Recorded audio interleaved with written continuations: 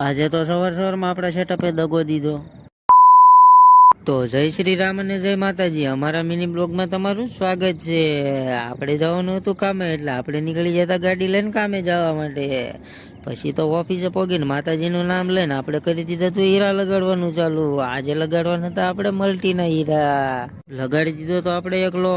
ત્યાં તો થઈ ગયું તો આપણું સેટઅપ ખરાબ. પછી તો શું આપણે વાળવા મીના હતા ફરપીની ગોળીઓ. થોડી ઘણી ગોળીઓ વાળી નાખી હતી આપણે તે. પછી તો શું આપણે ત્યાં લઈ આવ્યા હતા લોટ, અને લોટ લગાડવાનું કરી દીધું હતું ચાલુ. પછી તો 2 લોટ લગાડી દીધા, પાછા બીજા 2 લોટ લગાડી દીધા હતા.